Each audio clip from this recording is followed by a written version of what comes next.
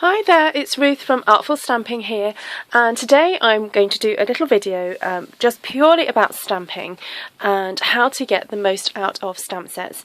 I'm going to be doing a little workshop next week, and so this has been on my mind, and I've been playing around with stamps and inks just to get the most out of them. Okay, so for today we're using Kinda Eclectic, and of course, any of the products you see today, apart from any retired ones, are available through aRTfulstamping.co.uk. That's aRTful Stamping without the G on the end, aRTful Stampin, more so really.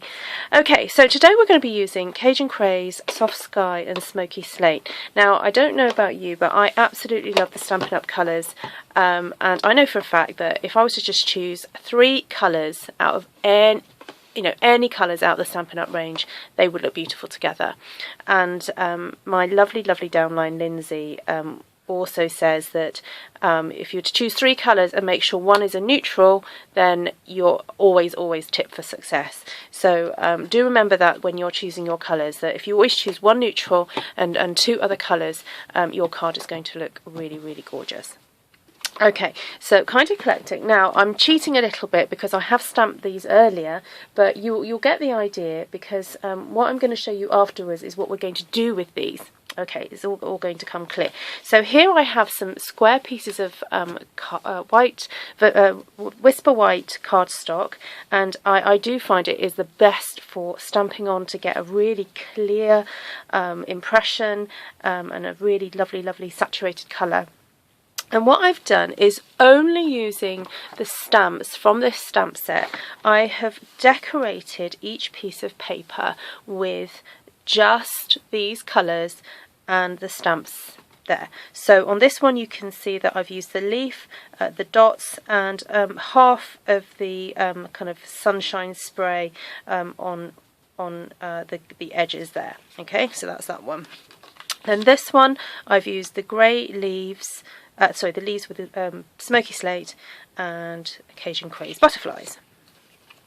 On this one I've used the spots and then done a grey sun spray in the middle. And this one I've done the grey spots and then filled in with some of this Soft Sky butterflies and some of the sun sprays there. Okay, now as you can see, these look like they've got a little bite taking them out of them, and that's because I have used, and I'm really sad that this retired, but you can get the same effect by just using your cutter, and I'm using the 1 3/8 square punch. Okay, now so all I've done is just cut a little chunk out of those, and I've just turned my punch upside down. I very rarely use punches this way up. I pretty much always use them this way, so that I can actually see where I am cutting. So there you can kind of see what you're doing, and then punch away and make sure that you've punched out the right area. So that's what I did, and actually I'm going to do that now because I'm going to just do that again because I want to show you the process then of what happens next. Right, now I have been totally inspired by a lovely lady called Jacqueline, and she writes a blog. I believe she lives in France, and she writes this beautiful blog and makes some really gorgeous cards, and she is forever doing kind of grid-based cards where she takes the scraps of cards that she has stamped, and she's got leftover scraps, and she keeps those and she cuts up squares and then she'll arrange them on her cards. And if you want to have a look at her blog, it's absolutely beautiful and you'll be totally inspired, and it's myscrapbasket.blogspot.com, and her name's Jacqueline, and she calls her blog Jacqueline's Craft Nest, and it really is like a little nesting place if you ever want to just like have to look at some beautiful cards and have some calming words. She's always very inspirational in some of the things that she says. Right, so here we go. I've got my 4 pieces of card here, and I came up with this little tip and this idea earlier when I was trying to think of how I was going to stick them onto my piece of card. So either we can just put glue on them and then just, you know, arrange them and hope for the best, make sure, you know, and hope that I've got them in the right place and so on.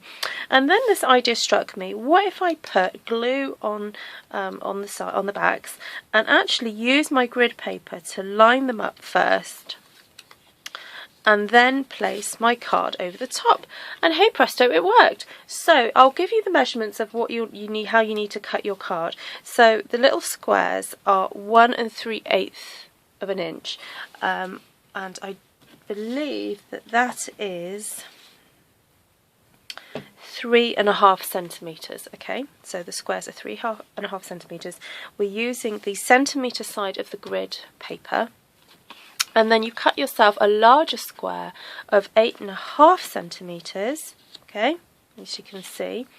Then you place your adhesive. Now you can use whatever adhesive you want. Obviously, whatever you choose, it needs to be slow drying. So I probably wouldn't recommend you use Tombow. Use something like the Snail or the Fast Fuse, or as I'm using here, the oh no, I'm losing. I've lost my place now. But anyway. Or the dimensionals. Okay, right now I just need to concentrate for a second because I need to look at this pattern. So my tip is that you lay out the pattern how you want it to be on the card. So that's the first thing you need to do. So okay, I'm going to do that. Okay, and then you take it. You go one by one and you put the adhesive on the back. So I'm going to work from right then to left. So I'm going to take the right side first and then place that. Actually, no, I'm going to take my left as well because I'm not going to be able to do it. It's too late at night. Okay, take the left side, flip it over and place it like mirror image on the other side. Okay, and then put the other one next to it. And I'm leaving a 0.5 centimeter gap between all the squares. Okay, so I'll do this one next. So if you flip it over, put the adhesive on and pop it down. Last one. Okay. I'm hoping this is going to work while I'm filming it. Okay, so there's my 8.5 centimeter piece of card, and I'm going to be very careful to lay this down exactly where I want it to go. There we go, and voila! Yay! There we go. There's your perfectly formed grid, and then all I need to do is put a little bit of Snail onto the back of this.